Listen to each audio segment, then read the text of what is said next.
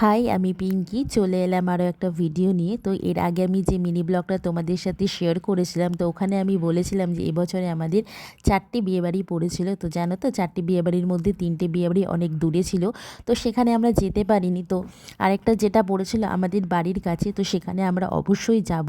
তো দেখো আমি রেডি হয়েছিলাম, যাব একটু বড় বাজারে। তো আমি একা যাব না, যাবে হচ্ছে মা, দিদি আর আমি কিছু কেনাকাটা করতে। তো ফাইনালি আমি বেরিয়ে পড়লাম বড় বাজার যাওয়ার জন্য। তো এরপরে আমরা বড়বাজারে পৌঁছে গেছিলাম। তো পৌঁছে গিয়ে ভাবছিলাম যে কোন দোকানে গেলে বেশি ভালো হবে, যে দোকানে যাব ভাবছিলাম সেখানে যাতে সব রকম জিনিস পাওয়া যায়। এরপরে আমরা বেশি ঘোরাঘুরি না করে তো একটা দোকানে ভাবলাম ঢুকবো, যেখানে বিভিন্ন রকমের জিনিস পাওয়া যাবে, ধরো লেহেঙ্গা, শাড়ি, চুড়িদার, গাউন। তো চলে এলাম একটা দোকানে। তো এখানে দেখলাম অনেক রকমের ভ্যারাইটি ছিল।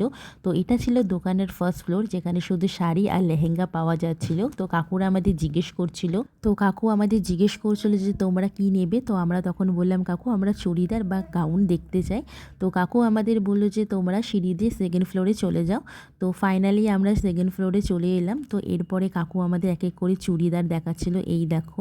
তো গাউনও দেখাচ্ছিল। তো জানো তো সেরকম না পছন্দ হয়নি। তো এরপরে নেক্সট পার্টে তোমাদের দেখাবো বড়বাজার থেকে কী কী